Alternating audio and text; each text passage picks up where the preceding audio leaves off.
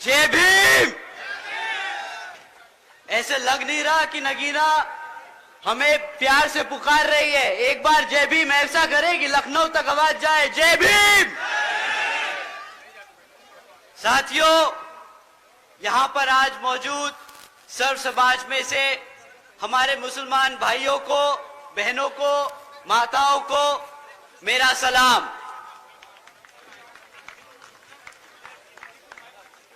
और बाकी सब समाज के, रिलीजन के सभी व्यक्तियों को, भाइयों बहनों को जो आज यहां मौजूद हैं, आप सभी को मेरा प्रणाम। अब नाम लेके उनको बताना क्या, उनको हवा देने की कोई जरूरत नहीं, पर वो आप लोगों को कुछ इस तरीके से भटका रहे हैं, वो मैं काम आपके सामने रख देता हूं और आपको बोलता हूं कि आपसे विनती करता हूं कि उनके चक्करों में ना पड़े, क्योंकि एक बार आप उनके चक्करों में फंस गए तो फिर वहां से निकालना बहुत मुश्किल होगा। साथियों, यह आदमी अपने आप को मसीहा बताता है। यह आदमी कहता है कि मैं सड़क पे उतरूंगा अपने समाज के लिए, आंदोलन करता है, झगड़ता है, लड़ता है, हमारे युवा साथियों को लेके पहुंच जाता है। फिर क्या होता है, हमारे युवा साथियों पे मुकदमे होते हैं, और जैसे ही मुकदमे होते हैं वे बेचारे ढूंढते फिरते हैं कि भाई साहब हमें बचाओ। वो आदमी फिर यहां से छोड़ के दूसरी जगह भाग जाता है, वहां पे आंदोलन करता है, और इस कारवां में हमारे सभी युवा साथियों पे मुकदमे दर्ज कराता जा रहा है। अगर आप पे एक बार मुकदमा दर्ज हो गया साथियों, तो सरकारी नौकरी मिलने में मुश्किल हो जाएगी, रोजगार मिलने में मुश्किल होगा। ये आपको आज गर्म खून नहीं दिखा के, इमोशनल करके आपको सड़कों पे ले जा रहा है और बाद में फंसा रहा है। साथियों, सड़क पे लड़कर आपको वोट, आपको आपकी ताकत, आपको सत्ता में आने का मौका नहीं मिलेगा। आपको अपने समाज को जागरूक करके, अपनी पार्टी को मजबूत करके उसको सत्ता में लाकर न्याय और रोजगार मिलेगा। साथियों, ऐसे नहीं मिलता रोजगार, ऐसे नहीं मिलता न्याय।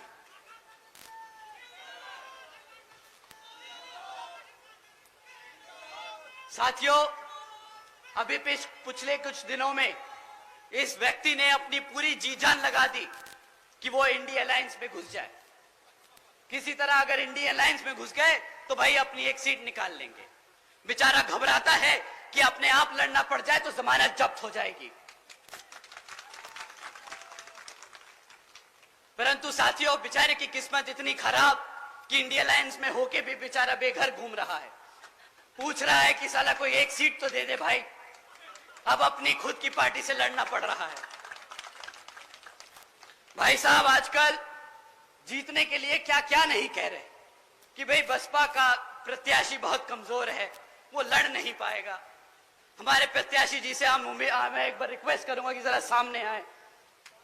आइए आप सर। अब बताइए साथियों, अगर हमारे प्रत्याशी आपको कमजोर लग रहे हैं, अगर आपको हमारे प्रत्याशी किसी भी तौर तरीके से लग रहे हैं कि वो आपके बीच में खड़े होकर आपके हकों के लिए नहीं लड़ सकते, तो साथियों आप यहां पे अपने हाथ ना उठाएं।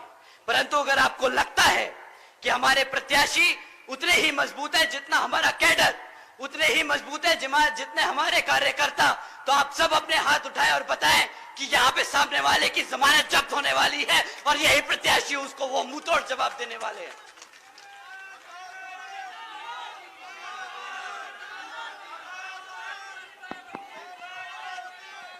सुरेंद्र पाल, तुम आगे बढ़ो। सुरेंद्र पाल जी आगे बढ़ो। सुरेंद्र पाल जी आगे बढ़ो। साथियों, वो ऐसी ऐसी बेतुकी बातें करता है कि अब उसकी और बातें करेंगे तो हमारी बेइज्जती हो जाएगी, तो अब हम इससे आगे बढ़ते हैं। साथियों, जैसा कि आप जानते हैं कि अब लोकसभा आम चुनाव हो रहे हैं, तो ये किसी भी तरीके के हथकंडे अपनाएंगे, झूठी अफवाह फैलाएंगे। ये बेचारे नीला पटका पहन के आएंगे। अगर उनका नीला पटका फेल हो जाए तो पार्टी का नाम भी बदल लेंगे, हमारे संस्थापक का नाम रख लेंगे, परंतु आपको इनकी बातों में नहीं आना है। ये उतने ही बेकार हैं जितनी कांग्रेस और बीजेपी, जितनी सपा और आरजेडी।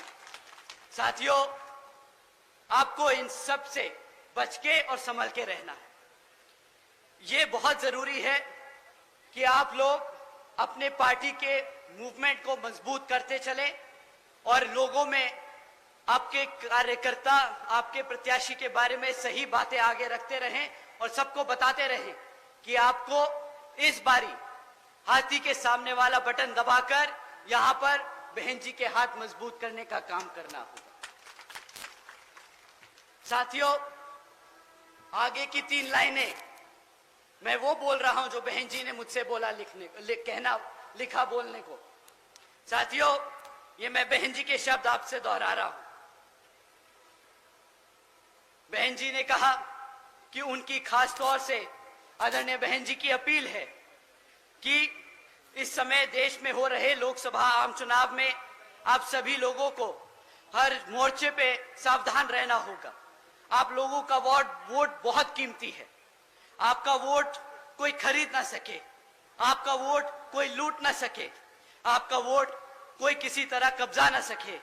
साथियों, जाति बिरादरी, धन बल, मंदिर मस्जिद या किसी भी विभिन्न आदि के नाम पर कोई स्वार्थी अपने जाल में फंसाकर आपका वोट का कोई दुरुपयोग ना कर ले, क्योंकि देश के हर एक महिला पुरुष व सभी युवा साथियों को आदरणीय बाबा साहब डॉक्टर भीमराव अंबेडकर जी के दिए हुए इस वोट की ताकत को आप ज़ाया ना करें।